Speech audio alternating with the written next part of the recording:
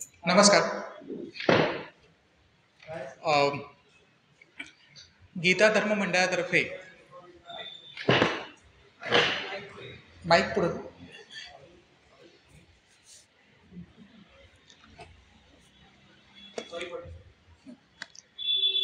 गीता धर्म मंडळातर्फे गीता जयंती असेल किंवा इतर वेळीही हे जे ज्ञानसत्र चालवलं जातं मंडळातर्फे, त्याच्यामध्ये गेल्या काही दिवस वेगवेगळ्या वक्त्यांची वेगवेगळी भाषणं होत आहेत. मंडळ यूट्यूबच्या माध्यमातून ते आपल्याला यूट्यूबवरही उपलब्ध करून देते टेक्नॉलॉजीच्या माध्यमातून.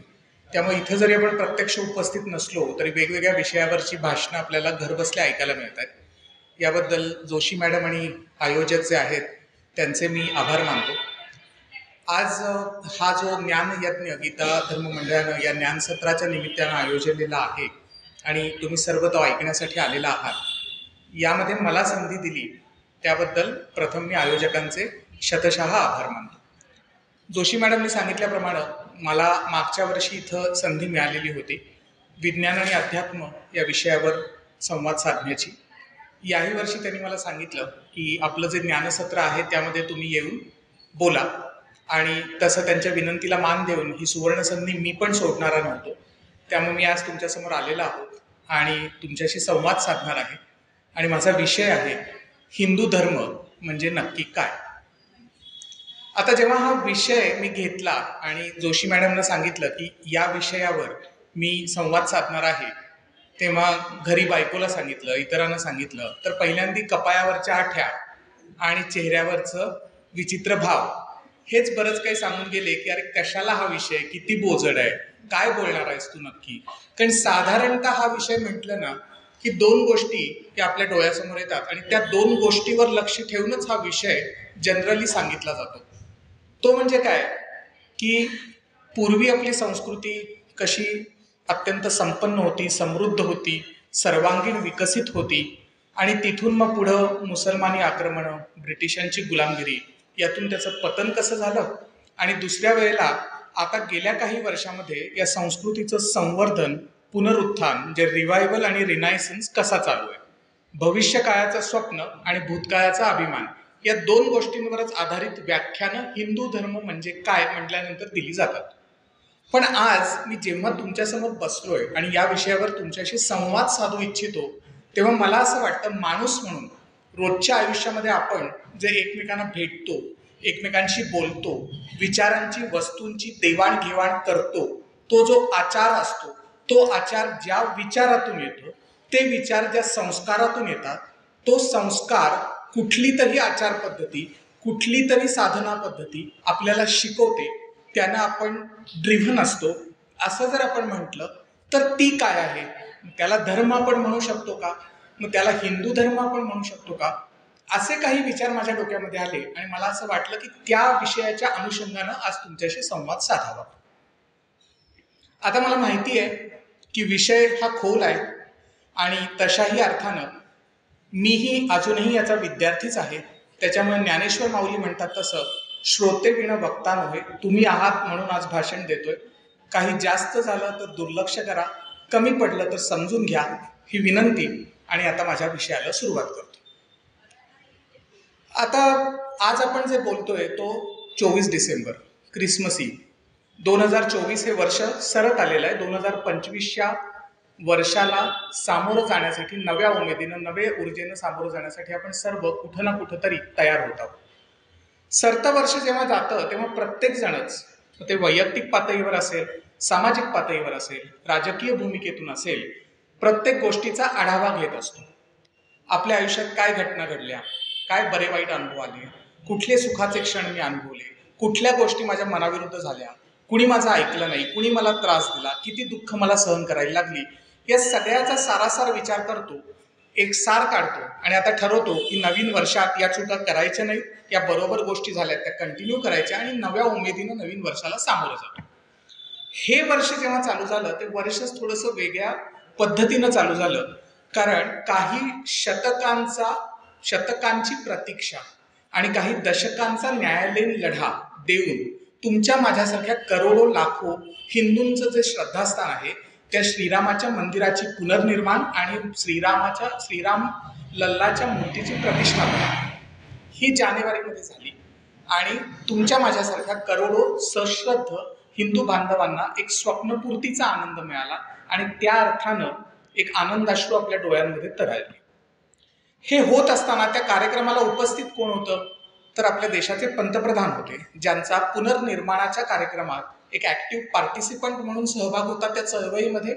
आणि आता रामलल्लाच्या मूर्तीची प्रतिष्ठापना होत असताना त्या सोहळ्यामध्येही एक प्रमुख अतिथी म्हणून ते सहभागी होते. साहजिकच तुम्ही न्यूजपेपरमध्ये पण ऐकलं असेल तर एक ओरड चालू झाली की बाबा रे, आता मात्र धर्मनिरपेक्षता खतरे में है. धर्मनिरपेक्षता हा जो शब्द आहे ना, हा आपल्या घटनेमध्ये नंतर घुसडला गेला. तरी बाबासाहेब आंबेडकरांनी जे हे संविधान आपल्याला दिलं त्या संविधानाला आता धोका आहे. धर्मनिरपेक्षता हा संविधानाच्या प्रिॲम्बल म्हणजे संविधानाचा जो सरनामा आहे त्याचं एक महत्त्वाचं कलम आहे आणि त्यानुसार विधीद्वारा स्थापित कायद्यानं जे भारताचं सरकार आलंय त्या सरकारचा जो प्रमुख आहे तो प्रमुख धार्मिक कार्यक्रमाला उपस्थिती लावतो म्हणजे मोठाच गजब झाला. आता बघा हिंदू राष्ट्र कसं येतंय, धर्मनिरपेक्षता खतरे में, संविधान खतरे में. बघाच आता जे देशातले अल्पसंख्याक आहेत, दलित आहेत, आदिवासी आहेत, त्यांच्या हक्कांचं वाट लागणार आहे. आरक्षण गेलंच म्हणून समजा, आता या देशाचं वाटोळं होणार. दुसरं काय की संघानं ना त्यांचा गणवेश बदलून कित्येक वर्ष झाली, पण संघाला झोडपायचं असेल तर या हाफ चड्डीवाल्यांचं सरकार आलेलं आहे असं म्हणण्याची एक पद्धत आहे. तर हे संघी विचारसरणीची लोक आता हिंदू राष्ट्र केल्याशिवाय गप्प काय बसणार नाही. आता माझ्या डोक्यामध्ये हे चालू झालं की हा जो चालाक प्रचार होता, हा चालाक प्रचार असा होता की हे हिंदू राष्ट्र होणार, अल्पसंख्याक मुस्लिम आणि बाकीच्या लोकांना दुय्यम नागरिकत्वाचा दर्जा मिळणार, त्यांच्या अधिकारांवर गदा येणार, संविधान खतऱ्यामध्ये आहे आणि देशाचं वाटोळं होणार. आता होतं कसं, एखादा विद्यार्थी हुशार असतो, पुढच्या वर्गामध्ये जाताना परीक्षा उत्तीर्ण होऊन तो पहिला येणार का दुसरा येणार एवढंच बघायचं असतं. पण येतो त्याला मार्क्स, त्याला येतो अति आत्मविश्वास. परीक्षा असते भूगोलाची, हा अभ्यास करतो मराठीचा आणि परीक्षेला जातो आणि जिथं पहिला यायचा दुसरा यायचा तिथं तो काठावर इंटरनलचे तोंडी परीक्षेचे मार्क गोळाबेरीज करून ढकलला जातो. हे जे उदाहरण आहे ना, ही परिस्थिती झाली आमच्या सरकारची. नारे होते 300 पार, नारे होते 400 पार, आले मात्र आघाडीच्या कुबड्या घेऊन कसे बसे सत्तेत बसले. राजकीय पुलाखालून बरंच पाणी वाहून गेलं. हा चालाक प्रचार नक्कीच कामाला आला, पण त्याचबरोबर यांनाही कळलं की आपलं मत हे व्यवस्थितपणे मांडलं पाहिजे. या चालाक प्रचाराला लोक बळी पडतायत.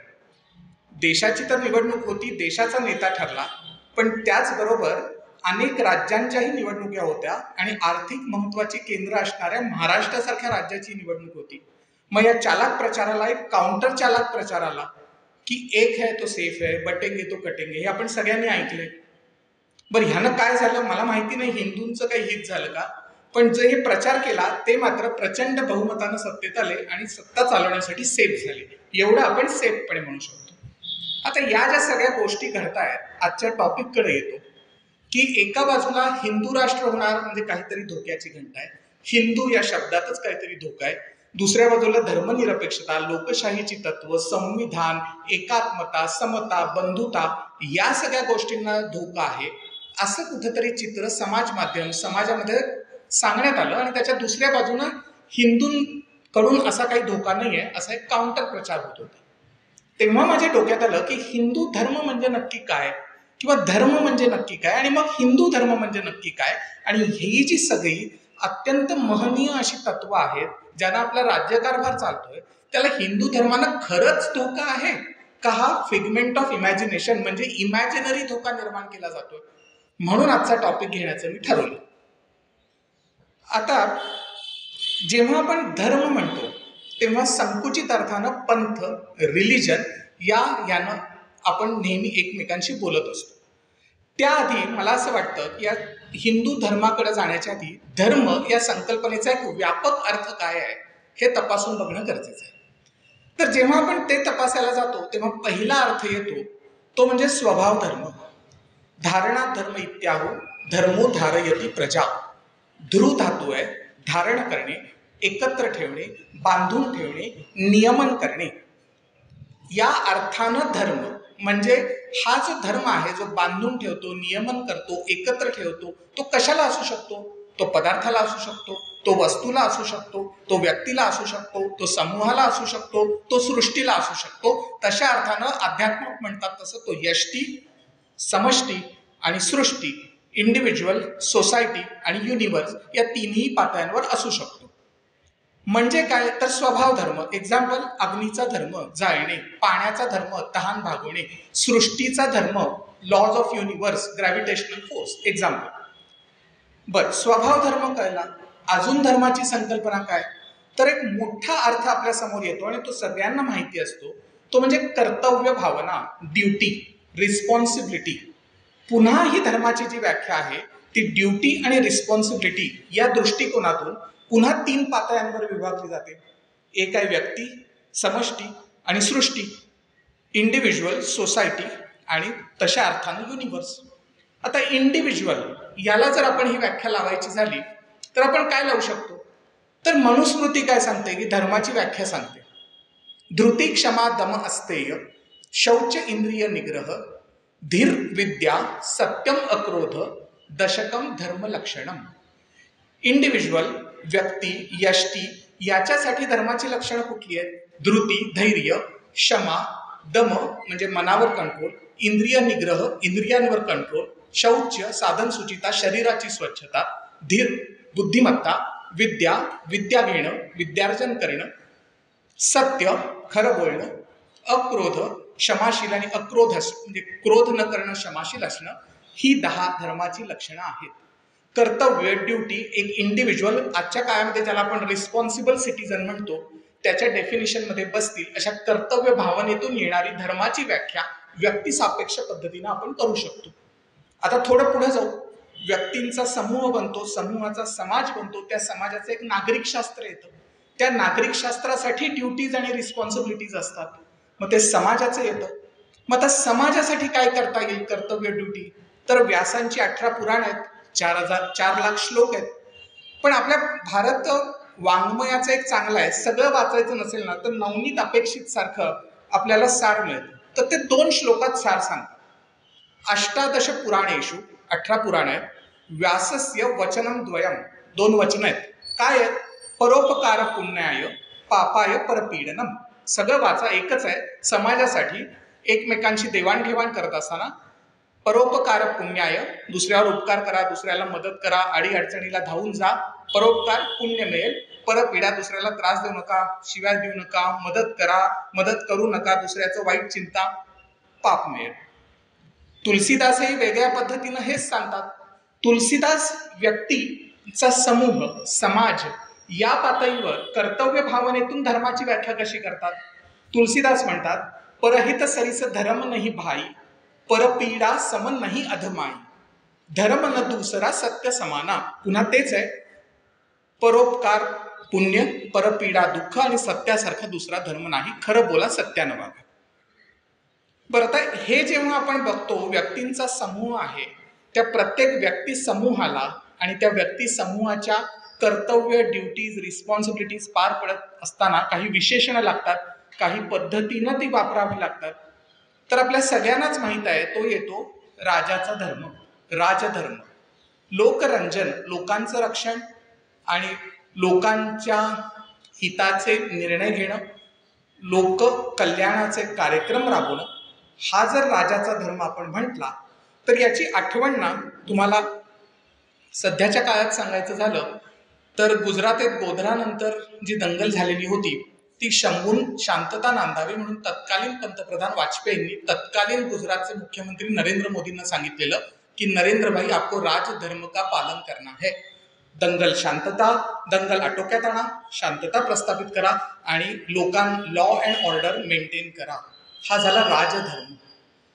दुसरा असतो विद्यार्थी धर्म. आता मजेनं सांगायचं तर सध्याचा विद्यार्थी धर्म काय आहे की रोज एक कॉफी कॅफे डेला कॉफी झाली पाहिजे.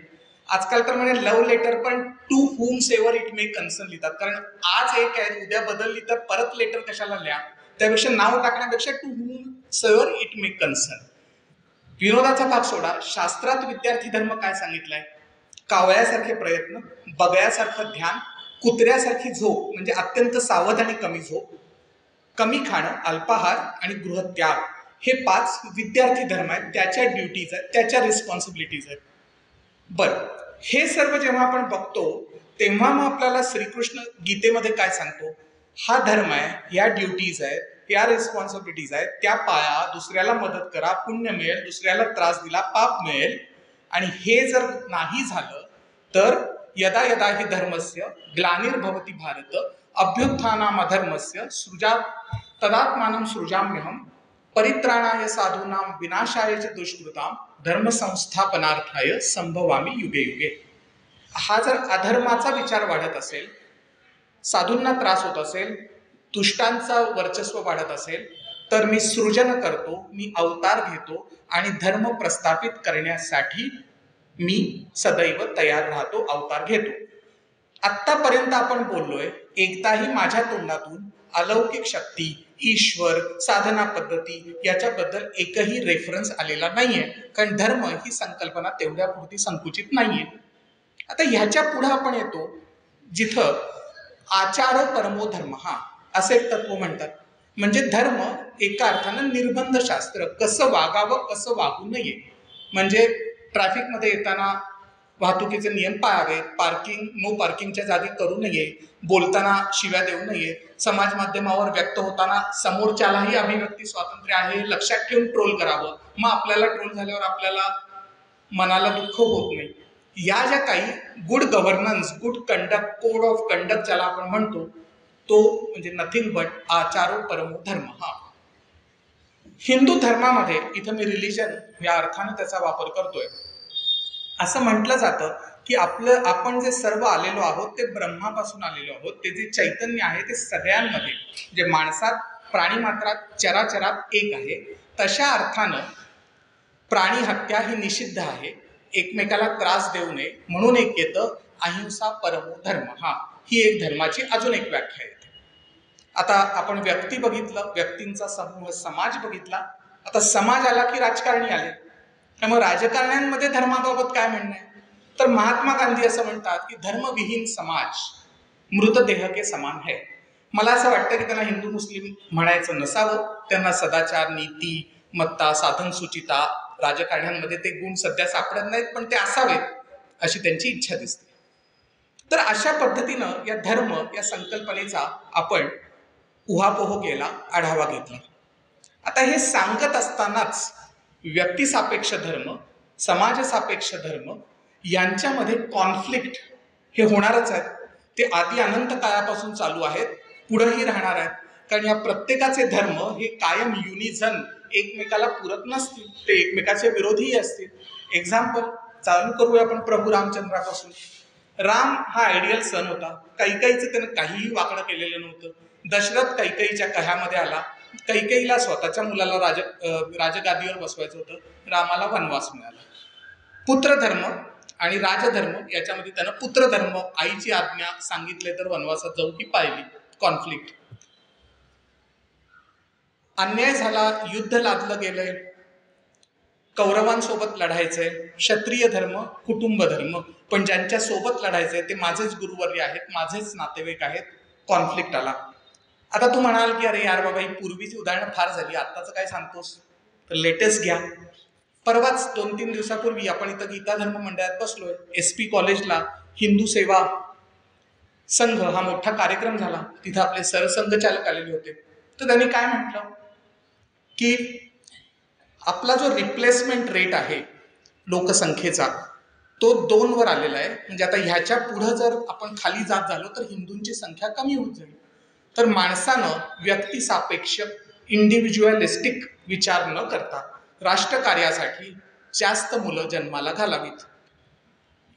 इंडिव्हिज्युअली विचार न करता राष्ट्रकार्यासाठी कर्तव्य, ड्युटी म्हणून जास्त मुलं जन्माला घालावीत. पण आता भागवत साहेबांना सांगणार कोण की cost of raising the children किती वाढलंय, शाळेच्या फिया किती वाढल्या, तुम्ही लाडका बाप अशी काही योजना काढणार आहे का की ज्याच्या थ्रू मला जास्त मुलं झाली तर त्याला सबसिडी मिळेल? किंवा असं आहे का की निर्मला सीतारामन मला टॅक्स ब्रेक देणार आहेत, तर इथे एक कुटुंब प्रमुख म्हणून, एक पिता म्हणून माझ्या ज्या काही आर्थिक मर्यादा आहेत, त्या ज्या ड्युटीज आहेत, तो माझा व्यक्तिधर्म आणि राष्ट्रासाठी मी काहीतरी कॉन्ट्रीब्यूट केलं पाहिजे म्हणून जास्त मुलं जन्माला घालणं हा माझा राष्ट्रधर्म, हे एकमेकाला पूरक नाही आहेत आणि ते प्रॅक्टिकली नाही आहे. हेही एक कॉन्फ्लिक्टचं उदाहरण आहे. प्रत्येकालाच हा विचार पटेल असं नाही, पण कुठंतरी कॉन्फ्लिक्ट आहे या विचारामध्ये. तर अशा अर्थानं ह्या धर्माचा कॉन्फ्लिक्ट, या प्रत्येक धर्माचा कर्तव्य, ड्युटी, स्वभाव या अर्थानं कुठेतरी कॉन्फ्लिक्ट आहे.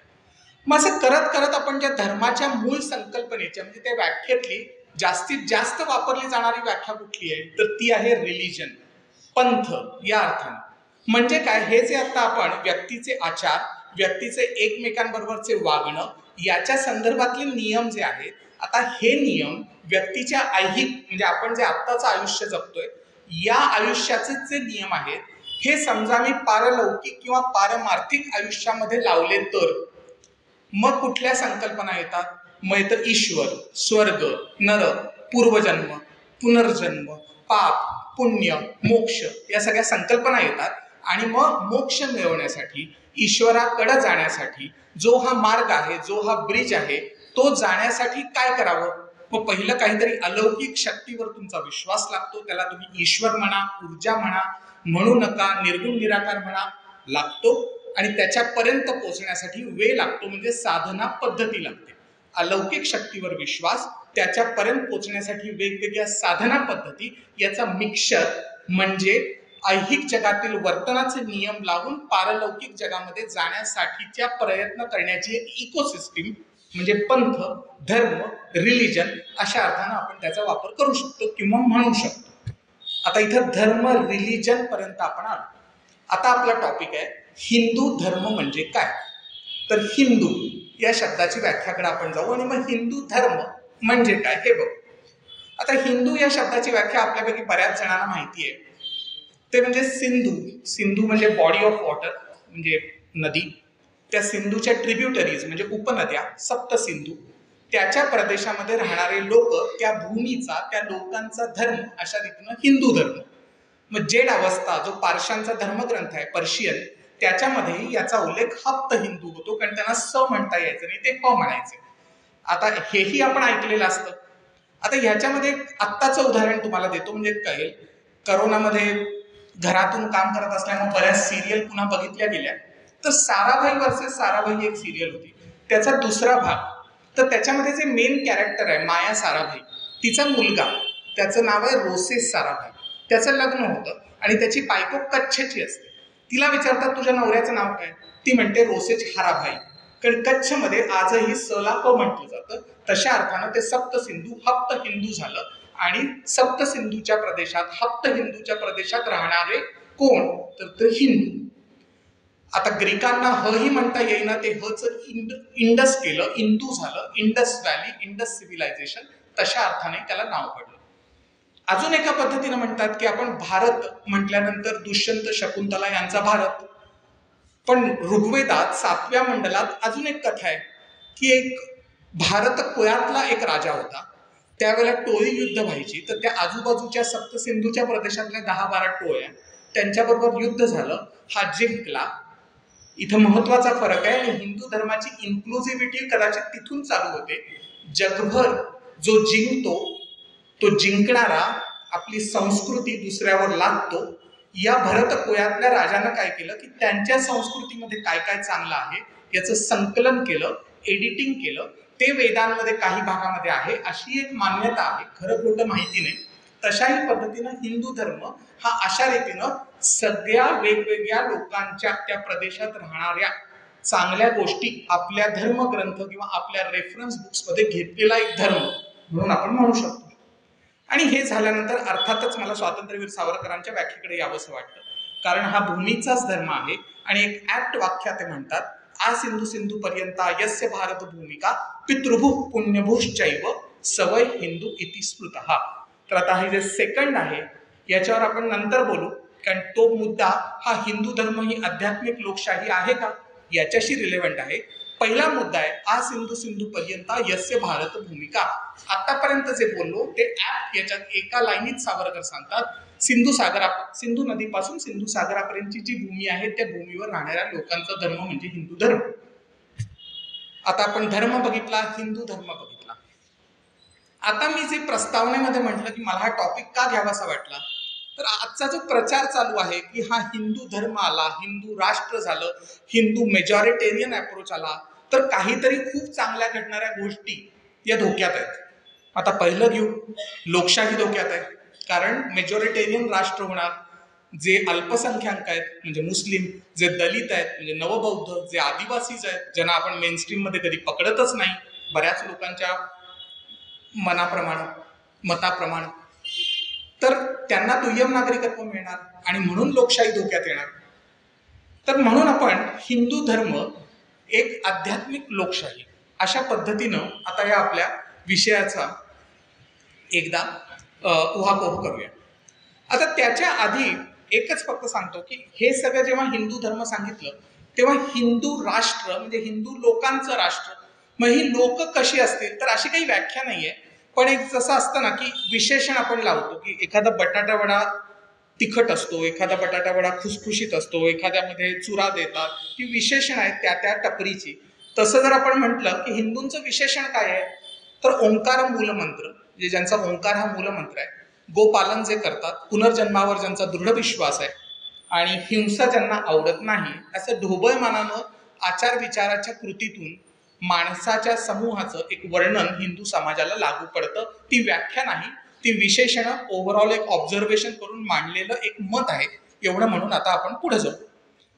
तर जेव्हा आपण आता आध्यात्मिक लोकशाही या गोष्टीकडे जातो तेव्हा कळत न कळत तुलनात्मक अभ्यास करणं हे खूप आपल्याला गरजेचं पडतं.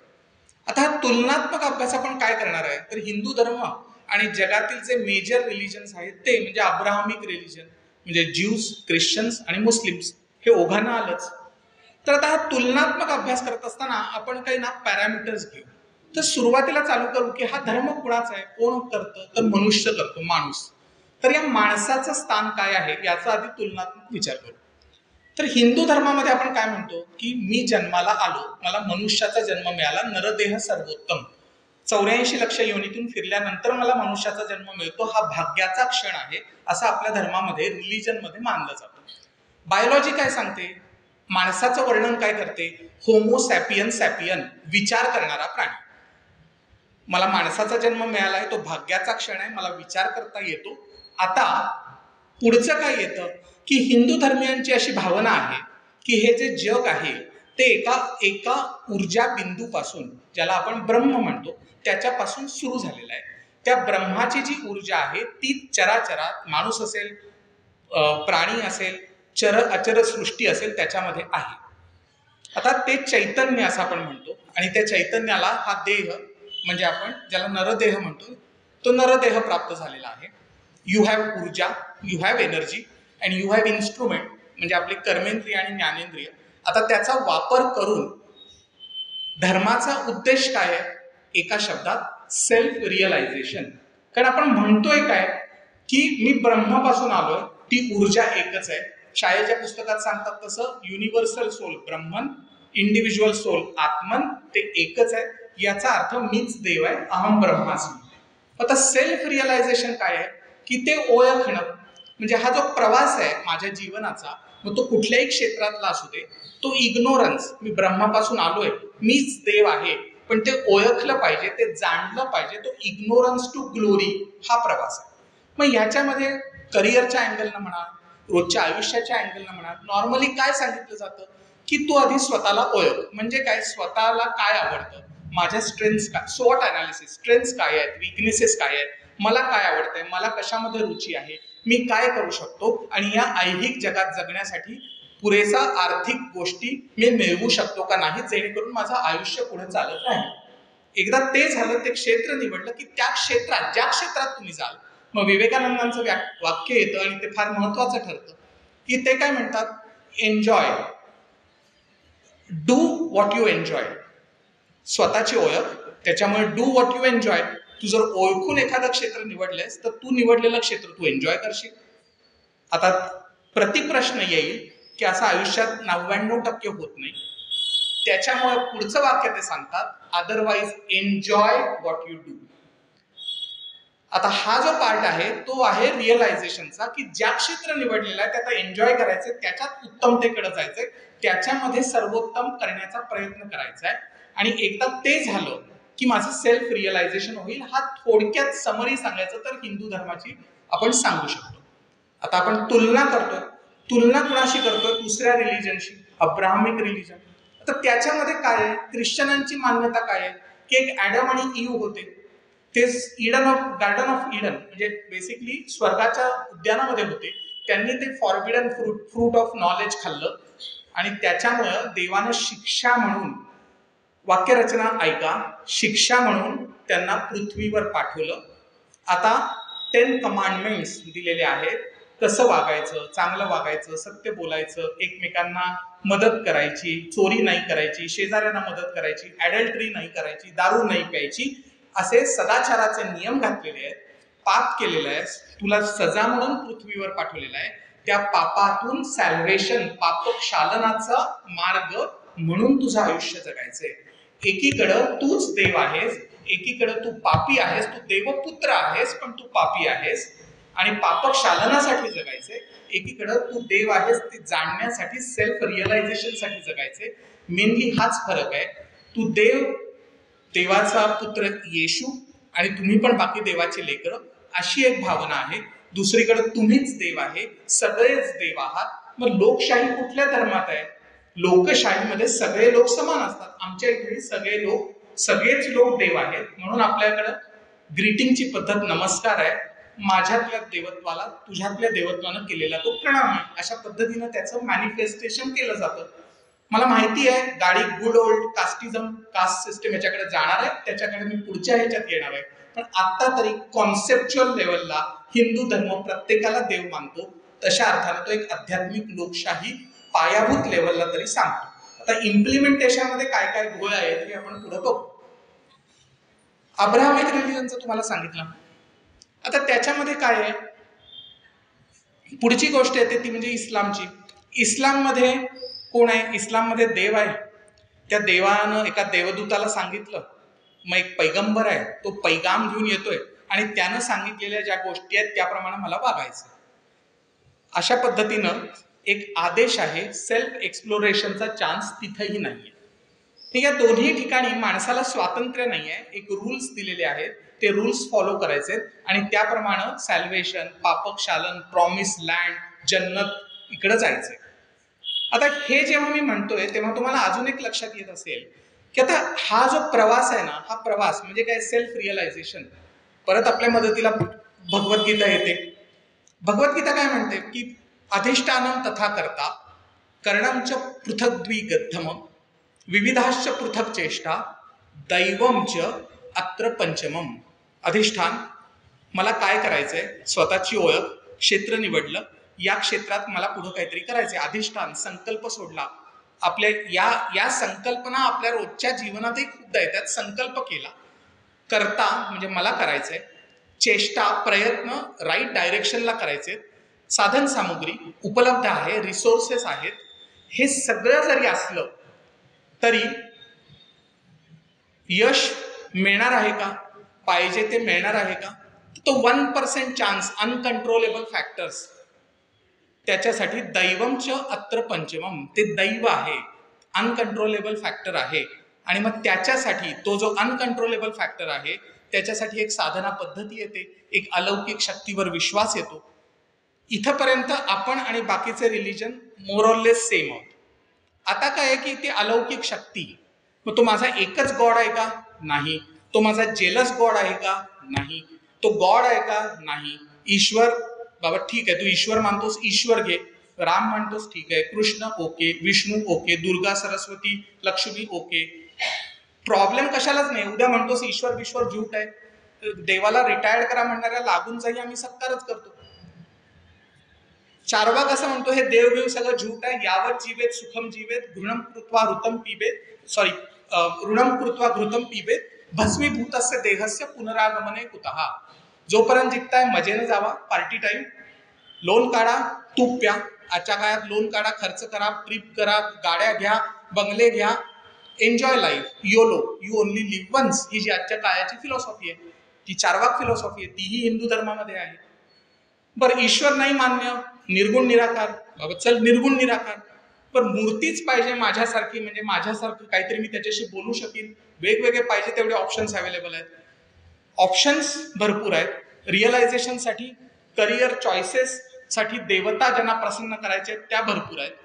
दुसरीकडे काय आहे, एकच गॉड, तो जेलस गॉड आहे, माझीच पूजा केली पाहिजे, मूर्तीपूजा अमान्य आहे, एवढ्याच वेळेला प्रार्थना केली पाहिजे, याच दिशेला बघून प्रार्थना केली पाहिजे, एकाच दिवशी ज्याला होलिडे, मग तो हॉलिडे झाला आणि तो संडे झाला, त्या दिवशी प्रेयर केली पाहिजे.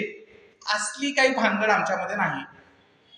तुला प्रेयर करायची आहे कर, करायची नाही आहे नको करू, कर्मकांड करायची आहेत कर, तिला लावायचा आहे लाव, आडवा लावायचा आहे आडवा लाव, उभा लावायचा आहे उभा लाव, धोतर नेसायचे नेस, जीन्स घालायचे घाल. ओके, कर्मकांडात मला व्रतवैकल्यच करायची आहेत कर, व्रतवैकल्यात काय ठेवलं नाही हो, कर्म महत्वाचं कर, कर्मे शुभ जावा, ईशावास हे उपनिषदातही म्हटलेलं आहे. म्हणजे कुठल्याही पद्धतीचं स्वातंत्र्य आहे आणि त्याच्या अगेन्स्ट एक ज्याला आपण आजच्या सॉफ्टवेअरच्या भाषेत ओपन सोर्स सॉफ्टवेअर म्हणतो, तसा आमचा धर्म आहे. आणि दुसरीकडे असं रिजिड की या 5 गोष्टी झाल्याच पाहिजेत, याच 5 पद्धतीनं झाल्या पाहिजेत, झालं नाही तर काय, झालं नाही तर 2 गोष्टी आहेत. कारण त्यांनी ना विभागणी केलेली आहे एक मानवाची. आता ती विभागणी कशी आहे, ख्रिश्चन धर्मामध्ये काय म्हणतात, तुम्ही जर परदेशामध्ये गेला असाल, आपल्यापैकी बरेच लोक IT च्या निमित्तानं परदेशी जातात राहतात, एक जनरल क्वेश्चन विचारला जातो, व्हॉट्स युअर फेथ. कारण तिथं ना माणसाला 2 ह्याच्यात डिव्हाइड करतात, बिलीव्हर, जीजस इज माय सेव्हियर, त्याच्यावर बिलीव्ह, नाही करत असेल इनफिडल. मुसलमानांना तुम्ही विचारलं तर ते काय सांगतील की मोमीन म्हणजे मोहम्मद पैगंबरांचा फॉलो करणारा आणि नाही करणारा म्हणजे कोण, काफर. हाही शब्द आपण बरेचदा ऐकलेला असतो. आता काफिर याची डेफिनेशन काय आहे मजा म्हणून सांगतो, एहले किताब आणि मुशर्रिक. तर एहले किताब म्हणजे काय, पीपल ऑफ द बुक, म्हणजे ज्यूज, ख्रिश्चन. आणि हिंदू तर आहेतच, कारण इथं एहले किताब नाही, 1 नाही 1000 किताब आहेत, त्यामुळे आपण सगळे काफिर. दुसरं फार इंटरेस्टिंग आहे आणि तुम्हाला आवडेल, मुशर्रिक. आता आपले पंतप्रधान आत्ताच कुवेतच्या दौऱ्यावर गेले, तर साधारणतः न्यूज आर्टिकल्स कसं येतात, कुवेतचे राजा आणि त्यांचं शिष्टमंडळ याच्या बरोबरच्या बैठकीमध्ये आमचे पंतप्रधान शरीक झाले, आमच्या पंतप्रधानांनी सहभाग घेतला, मुशर्रिक शरीक झाले, सहभाग घेतला. मुशर्रिक म्हणजे काय की अल्लाह बरोबर सहभाग घेतला, अल्लाहला कुणाच्या तरी पातळीवर आणून ठेवलं, असं जो म्हणतो तो माझ्यासाठी काफिर. आता एक फेमस सॉन्ग आहे, स्वातंत्र्य समरामध्ये ते खूप वाजवलं जायचं, ईश्वर अल्लाह तेरो नाम सबको सन्मती दे भगवान. ही जर व्याख्या तुम्ही ऐकली, ईश्वर अल्लाह तेरो नाम, अल्लाचं नाव ईश्वर, ईश्वरचं नाव अल्लाह, ही ब्लास्फेमी आहे इस्लामसाठी, हा धर्मद्रोह आहे आणि त्याची सजा मौत आहे. मुशर्रिक अशा अर्थानं इतका कडवट, इतका कठीण रिलिजन आणि एकीकडे तुमचा ओपन सोर्सवाला रिलिजन, याची कंपॅरिझन करायला लागते. आता धर्मग्रंथ बघा, कितीतरी आपले धर्मग्रंथ आहेत. मगाशी मी तुम्हाला पुराणांचं सांगितलं, सगळीकडे साधारणतः काय येतं, सर्वेत्र सुखीनः सन्तु सर्वे सन्तु निरामयाः सर्वे भद्राणि पश्यन्तु, सगळ्यांचं कल्याण हो, सगळ्यांना सुख मिळू दे, विश्वाची माझे घर, जे काही आहे ते.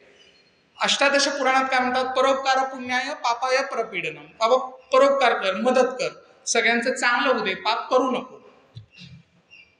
आता तुम्ही पुराणामध्ये जावा, पुराणामध्ये आपण भगवद्गीतेच्या पॅरलल समजायला सोपं असं जर बघितलं तर आपल्याकडे 18 अध्याय आहेत, तिकडे 114 अध्याय आहेत. त्याच्यामध्ये 6236च्या आसपास श्लोक, म्हणजे त्यांना आयत म्हणतात. आणि त्या ज्या आहेत, एक गंमत, त्यातल्या 3900 ज्या आयती आहेत, म्हणजे मोर दॅन 60% या काफिरांसाठी आहेत. म्हणजे जे बिलीव्ह करत नाहीत त्यांना कसं ट्रीट करायचं. तुमचा धर्मानं काय सांगितलं पाहिजे की अनुयायांनी काय करावं, 60% तुमचं जे काही वाङ्मय आहे ते सांगते की दुसऱ्यांना सजा कशी द्यावी. मग असा धर्म फॉलो करायचा आहे का नाही, हा प्रत्येकाचा शेवटी विचार आहे.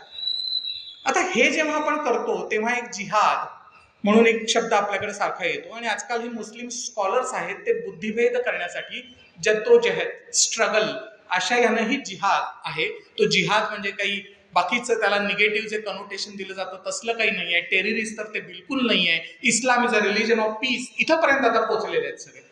तर कुराणामध्येच लिहिलेलं आहे, हे जे काफिर आहेत म्हणजे मुशर्रिक किंवा अहले किताब यांना सजा काय?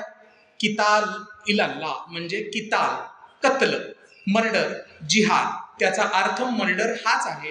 हे कुणीतरी या लोकांना समजावून सांगणं गरजेचं आहे, कारण आता सगळ्याच गोष्टी इंटरनेटमुळे सगळ्यांसमोर उपलब्ध आहेत.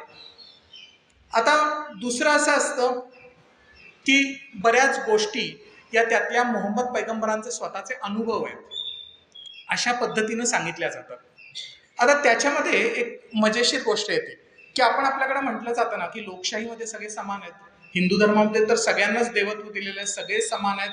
म्हणजे ज्याला आपण म्हणतो ना की स्टार्ट पॉइंटला सगळे एका पातळीवर आहेत. सगळ्यांना आता सांगितलेलं आहे की तुम्हाला इग्नोरन्स टू ग्लोरी जायचंय, तुम्ही बघा काय करायचंय, एवढ्या देवता आहेत, एवढ्या साधना पद्धती आहेत, एवढे विचार आहेत, तुम्ही निवडा, चला पुढं बघू, नाही आवडला दुसरीकडे जावा. कर्मयोग, कर्म करा, कर्मे इशू भजावा. कर्मयोग करतोय पण ज्ञानही पाहिजे, कारण म्हणतात ना, माऊलींनी म्हटलंय की कर्माला हवा ज्ञानाचा डोळा. म्हणजे मी फक्त 12 तास काम करतो, रिझल्ट येत नाही, तिथं ज्ञान जर असेल तर टार्गेटेड एफर्ट्स राहतील. तशा अर्थानं कर्माला हवा ज्ञानाचा डोळा. आता ज्ञान आहे, इंटेलेक्च्युअल माणसं असतात, स्वतःला शहाणी समजतात, समाजापासून दूर जातात, अशा लोकांचं खरं म्हणजे समाजाला उपयोग असतो.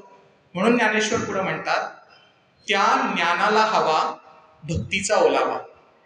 भक्तियोग, कर्मयोग, ज्ञानयोग, भक्तियोग, हे काहीही करायचं नाहीये, मला मात्र अष्टांग योग करायचे, हठयोग तोही आहे. म्हणजे काहीतरी अतर्क काहीतरी करून मला माझं सेल्फ रिअलायझेशन बघायचंय, तेही ऑप्शन तुमच्याकडे अवेलेबल आहेत. आता मी पुन्हा उडी मारतो अब्राहिमिक रिलिजन कुराणामध्ये. ते तुम्हाला काय सांगतायत की एक सांगितलं जातं, आणि पूर्वी अस्पृश्यता निर्मूलनासाठी जेव्हा प्रयत्न व्हायचे, कन्व्हर्जनसाठी प्रयत्न व्हायचे, तेव्हा खास अर्थानं सांगितलं जायचं की तुमचा धर्म म्हणतोय की तुम्ही सगळे देव आहात, पण तुम्हाला तर पशुची वागणूक देत आहेत, आमच्या धर्मामध्ये या, आम्ही सगळे समान आहोत. सावरकरांनी ह्याच्यावर काय लिहून ठेवलंय? ते म्हणतात आम्ही सगळे समान आहोत, मान्य. कधी? जेव्हा तुम्ही मुस्लिम धर्म स्वीकाराल तेव्हा. मग मी जर समान असेल तर मी हिंदू धर्मात राहतो आणि मला समान समज, हिंदू धर्मात राहतो मग मी महिला असेल तरी मला समान अधिकार देईल. ते मुसलमान लोकांना मान्य नाही. तर त्यांच्यामध्ये ते काय म्हणतात की आता एक येतं की एक आहे हे जे समाजातील मागासवर्ग, दुसरा येतो ज्या 50% पॉप्युलेशन आहे, महिला वर्ग. आता हिंदू धर्मात सांगताना म्हणतात आदिशक्ती, आपल्याकडे देवीच्या स्वरूपातही महिलेला पूजलं जातं. इकडं काय स्थिती आहे? इकडं कुराणानुसार महिला ही पुरुषाची प्रॉपर्टी आहे, आणि त्याला असं म्हटलं जातं, एक वर्ड आहे माले गनिमत, म्हणजे एखाद्या काफिराला जो मोहम्मदाचा विचार फॉलो करत नाही त्याला तुम्ही लुटलं, ते लुटल्यानंतर लुटीत जे काही मिळेल, म्हणजे त्याची स्थावर जंगम मालमत्ता असेल, सोनं नाणं असेल, पैसे असतील, त्याचबरोबर त्यांच्या स्त्रिया आणि त्यांची मुलं ही पण तुमची प्रॉपर्टी होते. स्त्रिया आणि मुलांचा गुलाम म्हणून वापर केला जातो, सेक्स स्लेव्ह म्हणून वापर केला जातो. ती विकायची तुम्हाला परवानगी आहे, ती विकायची परवानगी धर्म देतो. कुराणामध्ये लिहिलेलं आहे, त्याला माले गनिमत म्हणतात. आता हा असं असताना, ढळढळीतपणे लिहिलेला असताना, कुठला धर्म हा कुठल्या पद्धतीनं समानतेचा विचार देतोय, कुठल्या पद्धतीनं तो सगळ्या लोकांना एकमेकांबरोबर आहात म्हणून सांगतोय, इथं याच्या मर्यादा आपल्याला दिसून येतात. याची मर्यादा अजून एक आहे की आता काय आहे की आतापर्यंत आपण जे धर्म, आचार, चांगलं वागा, सगळं चांगलं करा, अशा पद्धतीनं जे सांगत जातो. आता महात्मा गांधी, प्रॉब्लेम या लोकांना कसा येतो बघा. महात्मा गांधी अहिंसेच्या मार्गानं, साबरमती के संत तूने कर दिया कमाल, ते दी आझादी तूने बिना खडक बिना धाल म्हटलं जातं ना. तर मग इतकं सगळं त्यांनी केलं, एवढं सगळं त्यांचं नाव सगळ्या जगामध्ये झालं. खिलाफत चळवळ, हिंदू मुस्लिम एकता व्हावी, ज्याला सावरकर खिलाफत का आफत म्हणायचे, तीच चळवळ. त्याचेच मेन मुस्लिम पार्टीचे जे नेते होते, मौलाना मोहम्मद अली आणि मौलाना शौकत अली, ते काय म्हणतात गांधीजींबरोबर, गांधीजी कितीही ग्रेट असले तरी ते मोमीन नसल्यामुळं आमच्या मोमीन जमाती जो नीचातला नीच आहे त्याच्यापेक्षाही एक पातळी खालीच गांधीजी असतील. ओके. आता दुसरं, हे मी मुस्लिम धर्माचं सांगितलं. आता आपण ख्रिश्चन धर्माकडे येऊ. ख्रिश्चन धर्म असं वाटताना आपल्याला वाटतं जीजस इज अ सेवियर, आणि याच्यामध्ये कसं आहे माहिती का, या धर्मामध्ये ना एखादा वात्रट मुलगा असतो, कमी अभ्यास करायचा आहे, काही करायचं नाहीये, पण मला गोल अचीव्ह करायचे, परीक्षेत पास होण्यापुरते मार्क पाडायचे, अशा प्रवृत्तीच्या लोकांसाठी हे धर्म उत्तम आहे. का तुम्हाला सांगतो, कारण ह्याच्यामध्ये काय आहे की मोहम्मदानं काय सांगितलंय की मला फॉलो कर, विषय संपला. इन्सेंटिव्ह काय आहे, दुसऱ्याला मार कारण तो काफिर आहे, त्याची संपत्ती लूट, त्याची बायका पोरं लूट, किती मोठा इन्सेंटिव्ह आहे. काय करायचं, काही नाही, मोहम्मदाला फॉलो करायचं. ख्रिश्चॅनिटीमध्ये घ्या, काय म्हणायचंय, जीजस इज सेवियर, विषय संपला. पाप पाहिजे तेवढी करा, कारण त्या जीजसनेच क्रुसावर चढवून तुमची पाप त्याच्या नावावर घेतलेली आहेत. मग जायचं चर्चमध्ये, कन्फेशन, पाप केलं, विषय संपला, पुन्हा नवीन पाप करायला तयार. केवढी मोठी सूट आहे. इथं आपलं कोण कर्मयोग, भक्तियोग, ज्ञानयोग, ही करा, व्रत करा, साधना करा, कोण सांगितलं, हे मस्त आहे आपलं.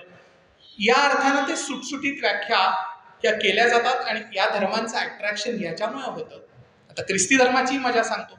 इन्क्विजिशन जे काही मध्ययुगीन काळामध्ये झालं, की जे ज्याला आपण फोर्स कन्व्हर्जन म्हणतो, हिंदू धर्मातून अस्पृश्यांना पशु समान वागणूक आहे, हा कसला धर्म, हे कसले देव, असं म्हणून ज्या लोकांना कन्व्हर्ट केलं गेलं त्यांना काय सांगितलं गेलं, येशू हाच तुमचा सेव्हियर आहे, तोच एक तुमचा देव आहे.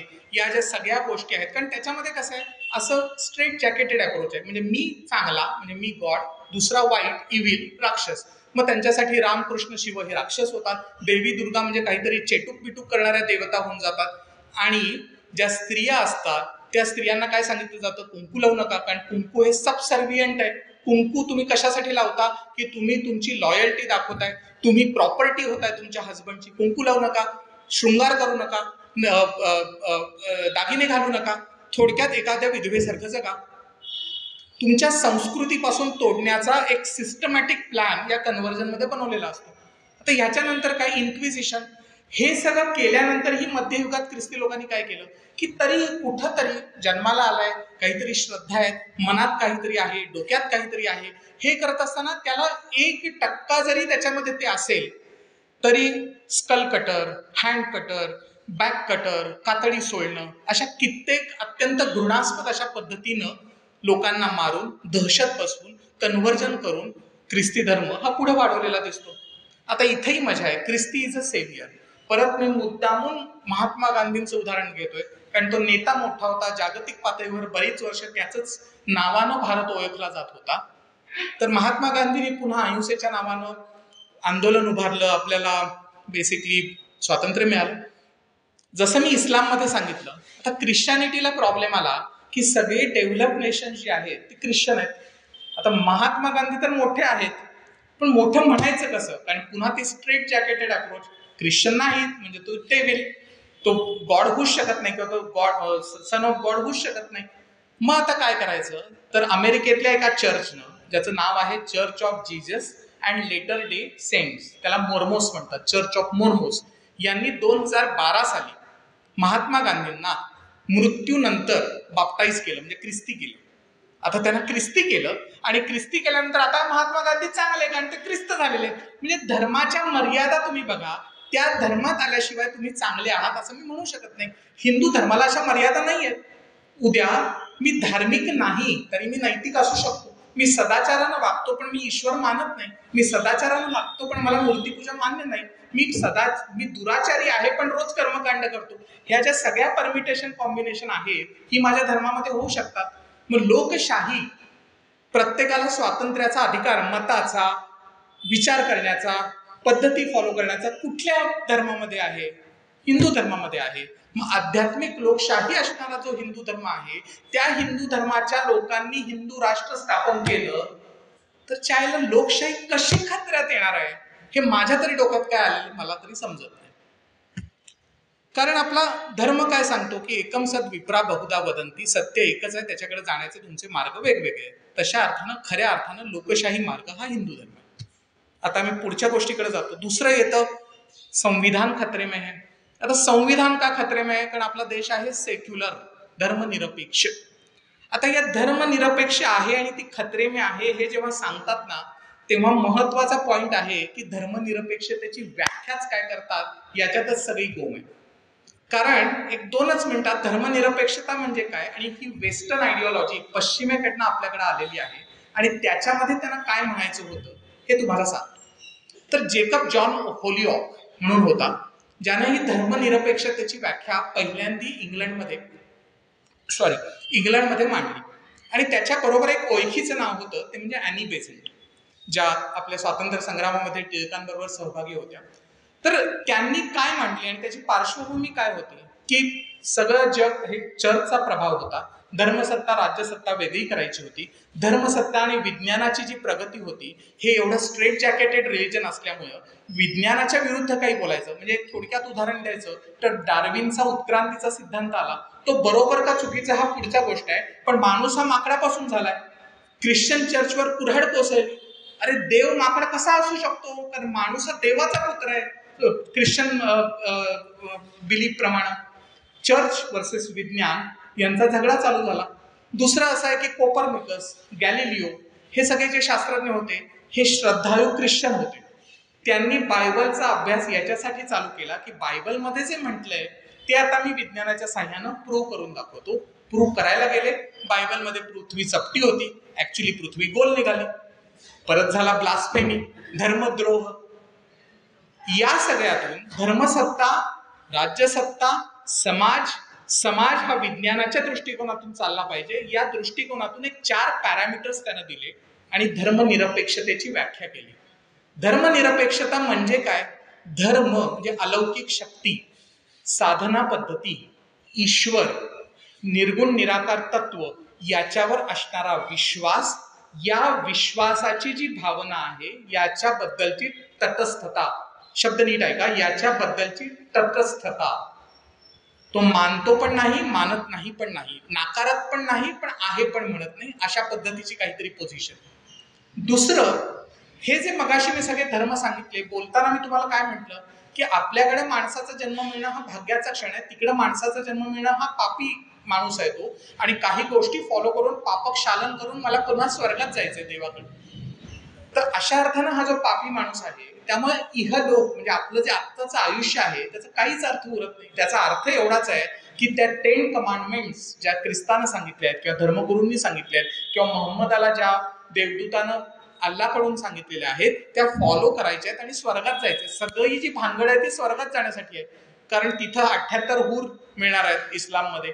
अशा ज्या काही प्रलोभनं दाखवलेली आहेत पारलौकिक पारमार्थिक जगातली, त्या दृष्टिकोनातून समाज वावरतोय आणि विज्ञानाच्या पासून दूर जातोय. म्हणून ज्यांचा ऐहिक जीवनावर विश्वास आहे अशी लोक म्हणजे धर्मनिरपेक्ष.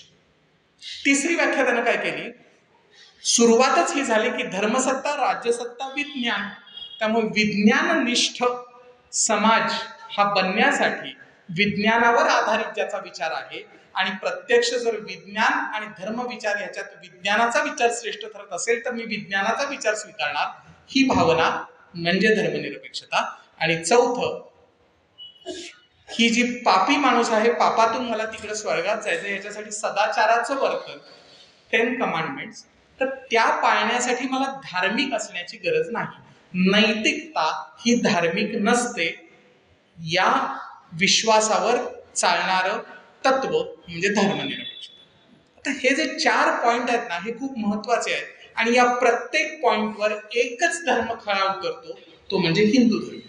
पहिला पॉइंट घेऊ, ऐहिक जीवन. मगाशीच तुम्हाला सांगितलं की माणसाचा जन्म हा भाग्याचा क्षण आहे, मी देवाचा अंश आहे, मला तो रिअलाइज करायचा आहे आणि मला माझ्या आयुष्यामध्ये प्रगती करायची आहे. आणि एका मर्यादेनंतर, एक लेवल गाठल्यानंतर मला असं वाटायला लागतं की ही मी केलं का, मी निमित्त मात्र होतो. ती जी स्टेज आहे तिथं मी ब्रह्म म्हणजे ज्यातून आलो त्याच्याबरोबर इक्वेट होणार. हा एक साधारण फिलॉसॉफी. इथं ऐहिक जीवनामध्ये त्या गोष्टी अचीव्ह करण्यासाठी मला प्रयत्न करायचे आहेत. स्वर्ग नरक माझ्यासाठी नाही आहे, कारण मोक्ष ही संकल्पना जास्त महत्वाची आहे. तशाही अर्थानं त्या मोक्षासाठी हे मी सगळं करतोय. ऐहिक जीवन हे माझ्यासाठी खूप इम्पॉर्टंट आहे.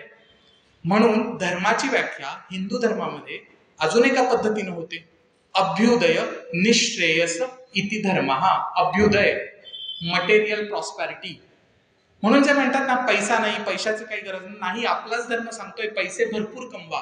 कारण आपल्याच धर्मानं भगवान याची व्याख्या काय केलेली आहे? तर ज्ञान मिळालं, ज्ञान, वैराग्य, ऐश्वर्य, श्री. ज्ञान मिळालं, त्यातून लक्ष्मी मिळाली, श्री, त्यातून तुम्हाला सुख मिळालं. एका मर्यादेनंतर माणूस त्याचे गोल्स अचीव्ह करतो, हे प्रत्येकाच्या आयुष्यात घडतं. त्याच्यानंतर येतं औदार्य. मग आपण विचार करायला लागतो, आपण काही करू शकतो का, यथाशक्ती दान करू शकतो का, या संकल्पना येतात. औदार्य. त्याच्या पुढे येतं वैराग्य. वैराग्याचा अर्थ कफनी घालून बाहेर जाणं नाही, वितराग म्हणजे सुख दुःख समेकृत्वा किंवा उदास विचारे खर्च करे, ती जी तुकाराम महाराजांची ओळ आहे ना, ते वैराग्य येतं की I am in a state of स्थितप्रज्ञता, त्या ह्याच्यानुसार मी विचार करू लागतो. आणि शेवट या सगळ्या गोष्टीतून ऐश्वर्य मिळतं. हे 6 गुण ज्याच्या जागी असतात तो भगवान, तो देव असतो, अशी हिंदू मान्यता आहे. ऐहिक गोष्टींना दूर लोटणारा कुठला धर्म नसेल तर तो हिंदू धर्म आहे. तशा अर्थानं धर्मनिरपेक्षतेच्या तत्वावर खडा उतरणारा एकच धर्म आहे, तो म्हणजे हिंदू धर्म. आता दुसरा पॉईंट बघू. दुसरा पॉईंट आहे विज्ञान. आता विज्ञान म्हटल्यानंतर काय होतं की मी तुम्हाला सांगितलं की या सगळ्या गोष्टी चालूच का झाल्या? चालू याच्यासाठी झाल्या की कोपर्निकस, गॅलिलिओ हे श्रद्धाळू ख्रिश्चन होते. ते असं म्हटले की बायबलमध्ये लिहिलेलं आहे की पृथ्वी चपटी आहे. तर आपण बघू, आपण विज्ञानाच्या दृष्टिकोनातून प्रयोग करून सिद्ध करून दाखवू. त्यांना पृथ्वी गोल मिळाली, तो धर्मद्रोह झाला, चर्चने शिक्षा केली. गॅलिलिओनं माफी मागितली, तो पण वसतात. तो म्हणला माफी, माझा जीव वाचवायचा, माफी लिहून देतो, पण मला माहिती आहे पृथ्वी गोलच आहे. पण माफी लिहून दिली, कारण धर्मद्रोह. वर जाण्यापेक्षा जिवंत राहिलेलं बरं, हा विचार. आता पुढं विज्ञानाकडे जाऊ. हा जो विज्ञान दृष्टिकोनातून जो दुसरे धर्म बघतात, माझा धर्म काय सांगतो? हे जे काही आहे, हे विश्व कशातून निर्माण झालंय? ब्रह्म, ऊर्जा. मॉडर्न फिजिक्स थेरी काय म्हणते? Big bang.